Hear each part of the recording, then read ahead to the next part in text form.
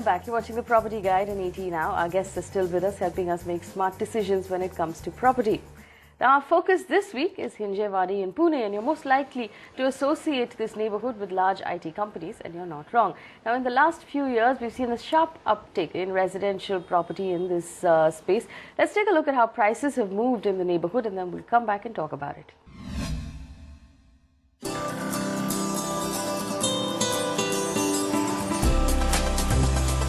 Ten years ago, Hinjewadi was just a small village outside of Pune.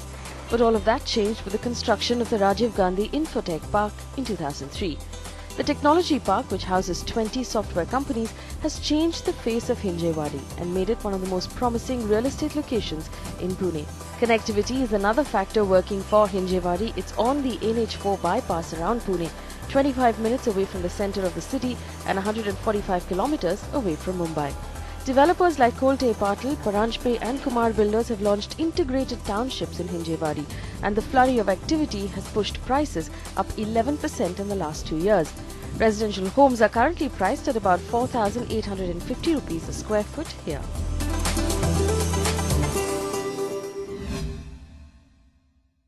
Alright, so that's Hinjewadi. Now, we were just talking about this before we went into the break. The fact that it's received so much attention. It's really the hottest spot in Pune right now.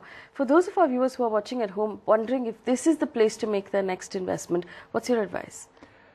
Two things what gives me comfort, specifically at Pune and Chennai. These are two peculiar cities in India where it's not just IT which is driving the boom, specifically in the real estate space. Today, who's a buyer today? When we analyze 70% of the buyers in the market today in most of the cities are IT professionals. So good thing is when we look at in the past when Lehman crisis happened, two cities were not too much affected, that was Chennai and Pune, because of not just dependent on IT space, they have manufacturing space and specifically auto space. Keeping in mind what Hinjewadi has developed to, and we believe that Pune continues to be a great city in terms of climate, in terms of infrastructure, in terms of dependency on multiple industries rather than one industry.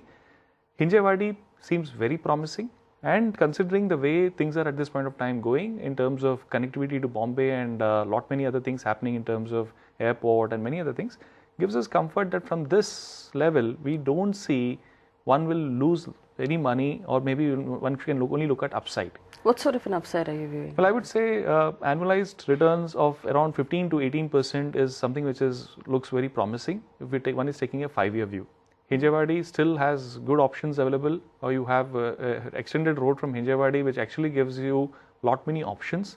So one can look at good options which are frankly at this point of time well priced, I would say. Jayashree, I'm going to bring you in here. We do know there's been a lot of supply in Hinjewadi over the last couple of years, but tell us what the absorption rate has been. Are there enough takers for the apartments that are coming up in that neighborhood? Going by the demand that I see on the site, I would say that Hinjewadi areas, right now, like Om said, it's very reasonably priced. But demand is so strong that I think Hinjewadi has a very good prospect in the next 5 to 7 years, because there's land, there is development, and there is demand, which is a potent combination. Om, if I'm buying in Hinjewadi right now, there are several different types of options from different types of developers.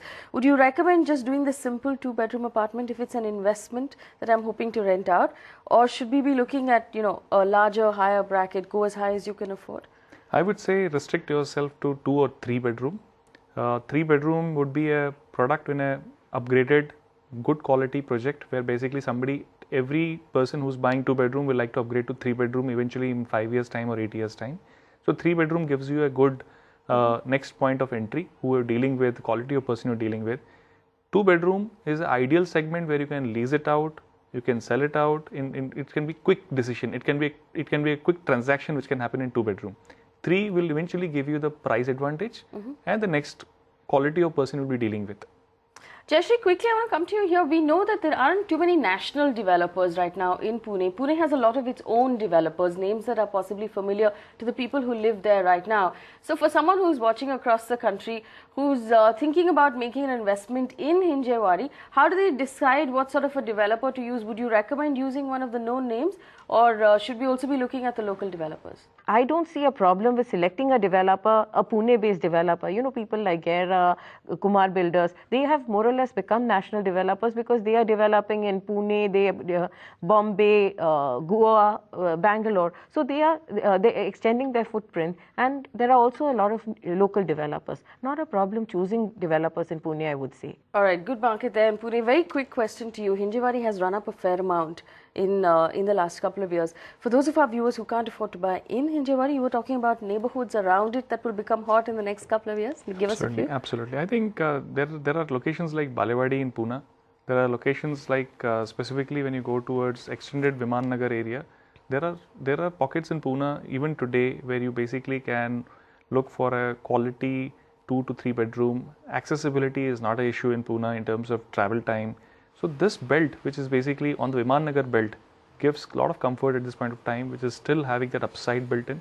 And in terms of quality, also there are many such players there.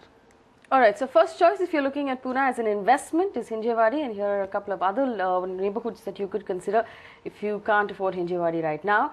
And if you want a list of properties to consider, well, we have that list as well. Take a look.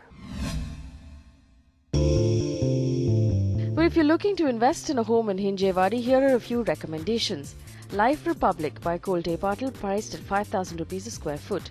Megapolis Splendor and Mystique by the Pegasus Group, priced between 4,300 and 5,000 rupees a square foot. Ashok Meadows by Peninsula Land and Sovereign by the Sarthi Group, priced around 4,500 rupees a square foot. And finally, Eon Homes by Kasturi Housing, priced at 4,600 rupees a square foot. Well, Chintan Shah has written in. He wants to invest in an apartment in Indore near the upcoming special economic zone with a budget of 30 lakh rupees. He wants to know what your advice is. Jayashree, could you help him out? The area that he's looking at is an IT driven area, and TCS and Infosys have already invested in this area. He should be able to get properties here, and 1 to 3 BHK units, and there are also some plots available. Typically apartments are in the 2200 to 2700 square feet per square feet range, and you get a plot in about I think about 1200 per square foot onwards. But if he's looking at some place like Indore, should he be looking at an apartment or a plot of land? Which one would you recommend? Given a choice, I think a plot would be ideal, because end of the day, if you can afford a land in India, I think it's frankly very good. Actually, I want to ask you that question across the board right now for anybody who's watching and looking at an investment in places like Bangalore or Pune or any of our smaller cities. There are plots of land being cut out in outskirts, in neighborhoods that are available from the government directly. Are these options that we should consider? Absolutely. I think goes without saying, if from the right source, if you're buying a plot of land, I would say blindly buy it. Land is an asset which will never depreciate over longer periods of time. Apartments, it may so happen that building is not maintained well, the society is not maintained well, it may command premium, it may not command premium. Land always commands premium. Jayashree, do you agree? Buy land if you can afford it? Absolutely, but buy it from the right sources. There are a lot of non-legal sources also selling land, so you have to be very careful about whom you're buying it from. If you buy it from a developer, a development authority, or some credible source like that, please go ahead and buy land. Land always appreciates more than apartments. All right, so land always appreciates. Unfortunately, we are running out of time, but if you'd like to have both of our guests back to talk about buying land on the show, write to us. Email ID is at the bottom of your screen. Om and Jayashree, thank you so much for spending time with us this week and helping us make smart decisions. On the other side of this break, it's our legal segment. We'll talk about how to check the legal papers of your developer. Don't go anywhere.